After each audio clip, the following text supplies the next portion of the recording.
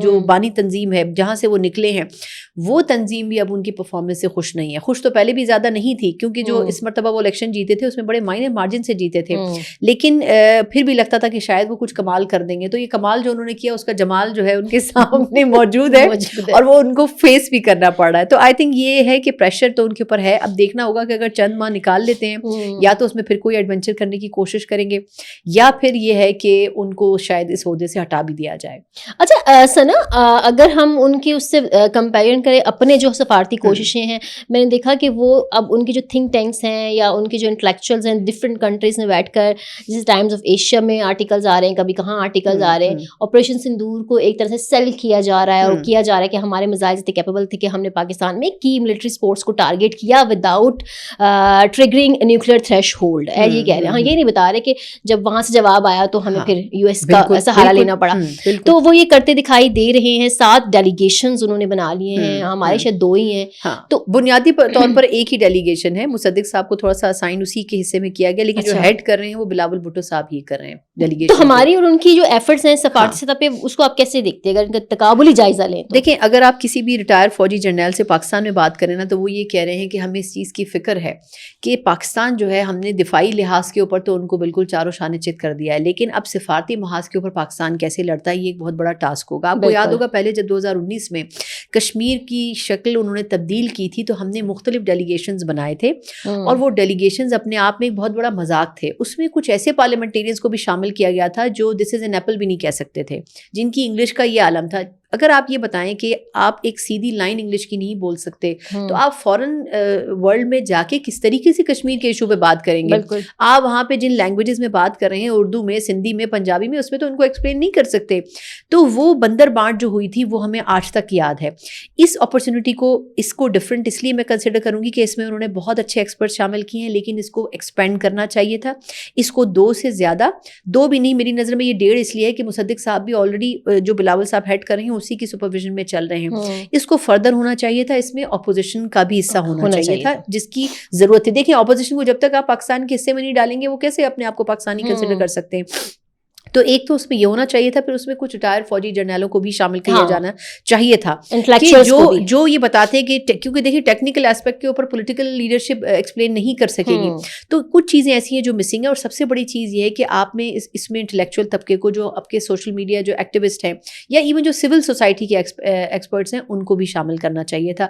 جس طرح ہم بات کر رہے ہیں کہ ہم نے جتنے اٹیکس کیے انڈیا کے اوپر, ہم نے کوئی سویلین آبادی کو نشانہ نہیں بنایا, لیکن انہوں نے ہماری مساجد کو, گھروں کو, چھوٹے بچوں کو, خواتین کو نشانہ بنایا. تو یہ جو ایسپیکٹ ہے میرا خیال ہے اس کے اوپر بات کرنی بڑی ضروری ہے, اور اس کے لیے آپ کو سول سوسائٹی کی ضرورت ہے.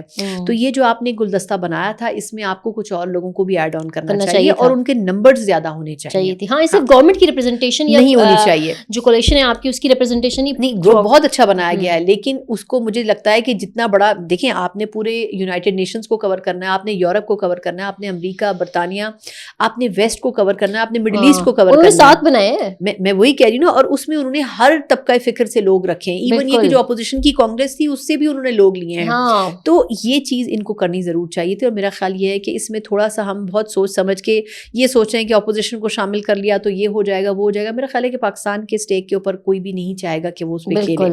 تو یہ چیز ضروری تھی میرا خیال ہے, جو نہیں کر سکے. ہاں, اب اگر ہم آ جائیں جو ہمارے وزیر اعظم اور چیف آف آرمی اسٹاف جو فیلڈ مارشل ہیں اب وہ, اور کچھ کابینہ کے لوگ جو ہیں وہ تھینکس گیونگ جو ہے وہ وزٹس پر ہیں. ٹرکی گئے, اب ایران گئے, اور میرے خیال سے آذربائیجان بھی جائیں گے. یہ پاکستان کی جانب سے ایک اچھا گیسچر ہے. آئی گیس کہ یہ اچھی چیز ہے کہ جو لوگ ہمارے ساتھ کھڑے ہوئے ہمیں ان کو جا کے تھینکس کرنا چاہیے, اور شاید یہ چیز آگے بھی ہمیں ہیلپ فل ہوگی. آپ اس کو سب کیسے دیکھتی ہیں؟ اچھا, یہ نا دورے جو ہیں میرا خیال ہے صرف تھینکس گیونگ نہیں ہے. دیکھیں ٹرکی کو بہت اس کا ریپلجن برداشت کرنا پڑا ہے. ٹرکی کے ساتھ جو کچھ کیا جا رہا ہے انڈیا کی طرف سے, اس کے باوجود بھی ٹرکی نے پاکستان کی سپورٹ نہیں چھوڑی. ایون آذربائیجان کے حوالے سے بھی بڑے نیگیٹو اسٹیٹمنٹس بھارت سے آ رہے ہیں, ٹورزم کے حوالے سے بھی. تو میرا خیال یہ ہے کہ جن ملکوں نے ہمیں سپورٹ کیا برے ٹائم میں, ایران بھی اس میں شامل ہے, جنہوں نے ووکل ہو کر بات کی, ہمیں اوبویسلی یہ اس میں کوئی بری بات نہیں کہ ہمیں ان کو اپریشیٹ کرنا چاہیے. دیکھیں بھارت کے ساتھ دائیں بائیں دیکھیں کوئی بھی نہیں کھڑا تھا اسرائیل کے علاوہ, اور ٹیکنیکلی بھی اسرائیل ان کو بیک اینڈ پہ سپورٹ کر رہا تھا, فرنٹ کے اوپر کوئی نہیں آ رہا تھا. ان کا تو مذاق اڑا رہے ہیں کہ آپ کو صرف طالبان اور تائیوان نے سپورٹ کیا. مجھے تائیوان والی بات بہت ہلیریس لگی. چلو طالبان سے تو ان کے پرانے اچھا انٹرسٹنگلی کہ وہ کچھ ایسے ممالک بھی تھے جو انٹرفیئر تو نہیں کر سکے لیکن خاموش رہے اور خوش بہت ہوئے. اب وہ کون سے ممالک تھے؟ بنگلہ دیش تھا, سری لنکا تھا, مالدیپ تھا, ایون یہ کہ یہ جو چھوٹے چھوٹے ممالک بھوٹان وغیرہ جن کو بھارت نے بہت دبا کے رکھا ہوا تھا, یہ ممالک بہت خوش ہوئے کہ کوئی ایسا بھی ہے جو کہ ایسا تھپڑ رسید کر سکتا ہے بھارت کے منہ پہ. مجھے لگتا ہے خطے میں ان کی پھینٹی لگنے سے باقی سبھی خوش ہو گئے. تو اس لیے میرا خیال یہ بھی ضروری تھا. اچھا دوسری یہ کہ ریجن میں اس وقت جو چینجز آ رہی ہیں اس کو اگر مد نظر رکھیں تو یہ وزٹ اس لیے امپورٹنٹ ہے کیونکہ اب فردر کچھ مہینے میں جو امریکہ کی پاکستان سے یہ کہنا چاہیے کہ پاکستان کو انوالو کرتے ہوئے جو افغانستان میں آمد ہے اس کا اثر ایران کے اوپر بھی پڑے گا, اس کا اثر انڈائریکٹلی چین کے اوپر بھی پڑنے والا ہے.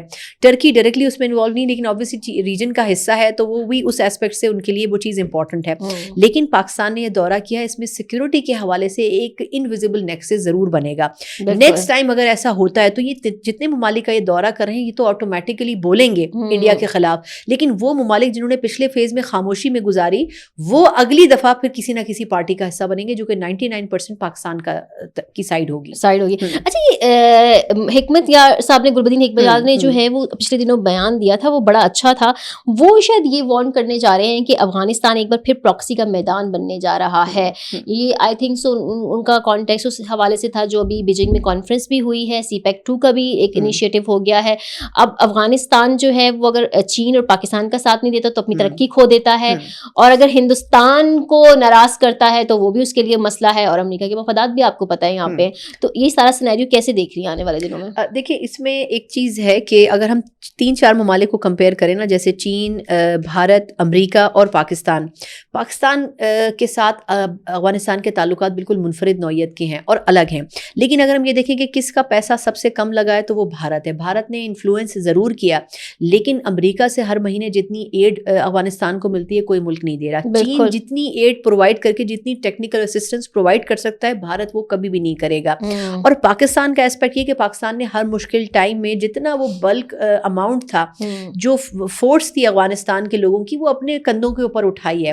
تو اس لیے جو سب سے آسانی سے جس ملک کو لوز کیا جا سکتا ہے وہ بھارت ہے اور افغانستان یہی کر رہا ہے. دیکھیں اب جو نیکسس بن رہا ہے اس میں افغانستان کے اندر امریکہ کی پریزنس ہوگی اور چین جو ہے وہ خاص طور پر وہاں پر اس لیے آنا چاہتا ہے کیونکہ وہ اپنے سی پیک کو یا اب یہ کہتے ہیں کہ 1 بیلٹ 1 روڈ کو ایکسٹینڈ کرنا چاہتا ہے اور اس کے لیے ان کو کابل کی ضرورت ہے. اب وہ پشاور ٹو کابل ایک روڈ کی بات کر رہے ہیں لیکن وہ ایک منصوبہ بہت بڑا پروجیکٹ ہے, سینٹرل ایشیا تک جائے گا. ایگزیکٹلی. تو وہ اس کو ایکسپینڈ کرنا چاہتے ہیں. اس کے لیے ان کو سب سے پہلے تو افغانستان اسٹیبل چاہیے اور آئی تھنک اسی وجہ سے اب دیکھنا وہاں یہ ہوگا کہ وہاں جو 2 پاورز کی لڑائی ہوگی یعنی کہ چین اور امریکہ اس کا کیا بنتا ہے. لیکن مزے کی بات یہ ہے کہ دونوں کے ساتھ پاکستان کی بات چیت اب اچھی ہے. جو ایک بیچ میں ایک سرد موری کا ایک فیز آیا تھا ایون چین کے ساتھ بھی وہ بھی ختم ہو چکا ہے بڑے عرصے سے. اور ہم پہلے مذاق اڑاتے تھے کہ آصف علی زرداری صاحب ہر کچھ دنوں کے بعد چین کیا کرنے چلے جاتے ہیں, تو یہ ویسے ہی نہیں جاتے تھے. یہ بہت ساری چیزوں کو ڈسکس کرتے تھے. ایون جو ٹیکنالوجیز کی جو بہت سی ہمیں نہیں پتا وہ ان چیزوں کے لیے بھی چین جاتے رہے ہیں. اب آتے ہیں امریکہ کے اوپر. تو امریکہ کی اگر ٹون میں تبدیلی ہوئی ہے نا تو اس کی ایک بڑی وجہ یہ ہے کہ آئندہ آنے والے کچھ عرصے میں امریکہ کو پاکستان کی ضرورت پڑے گی.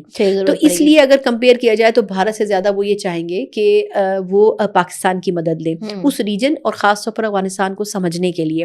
تو اس لیے اس وقت بہت بیک فوٹنگ کے اوپر بھارت ہے اور مجھے ایسے لگتا ہے کہ شاید افغانستان میں ابھی آنے والے کچھ وقت میں جو بھارت کا انفلوئنس ہے وہ بڑی حد تک کم ہو جائے گا. اور کیونکہ وہ کرنا پڑے گا کیونکہ افغانستان میں اگر بھارت کا انفلوئنس رہے گا تو پاکستان کو پرابلم ہوگی, ایران کو پرابلم ہوگی, چین کو پرابلم ہوگی. بالکل ٹھیک ہے. تو اس لیے 3 ممالک کو ناراض کر کے ایک ملک کو راضی کرنا شاید افغانستان افورڈ نہیں کر سکتا. اور اس میں بڑی امپورٹنٹ چیز یہ ہے کہ ایک میٹنگ پہلے انیشیل جو ہے وہ افغانستان میں ہوئی تھی. محمد صادق صاحب اس کو ہیڈ کر رہے تھے. اس میں اور بھی کچھ لوگ تھے ان آفیشلی ہمارے سیکیورٹی کے. تو وہ ایک پہلا اسٹیپ تھا. اس کی سیکنڈ اسٹیپ میں بیجنگ میں میٹنگ ہوئی ہے لیکن اس میں فردر بھی کچھ میٹنگز ہونی ہے. لیکن اس کا بنیادی مقصد یہ ہے کہ ہم نے اس پورے میپ کو لے کے ایگزیکیوٹ کیسے کرنا ہے. بہت ساری چیزیں طے ہو چکی ہیں کیونکہ چین جو ہے وہ بہت ایک ٹائم فریم میں رکھ کے چیزوں کو چلتا ہے. تو وہ بہت ساری چیزیں جو ہیں وہ کسی کانکریٹ شکل میں ہمیں جون جولائی کے بعد دیکھنے کو ملیں گی. پرابلی اگست سے وہ چیزیں اسٹارٹ ہو جائیں گی. اچھا ثنا, ابھی میں دیکھ رہی تھی کہ وزیر اعظم شہباز شریف نے جو ہے وہ ایران کے نیوکلیئر پروگرام کی حمایت کر دی ہے اور وہ ترکی سے بھی ہو کر آئے ہیں. تو ایک یہ خبریں بھی چل رہی ہیں کہ ایران, ترکی اور پاکستان کا کوئی نیا اتحاد تشکیل پائے گا. تو اگر ایسا ہو جاتا ہے تو یہ کتنی بڑی ون ہے ہمارے لیے؟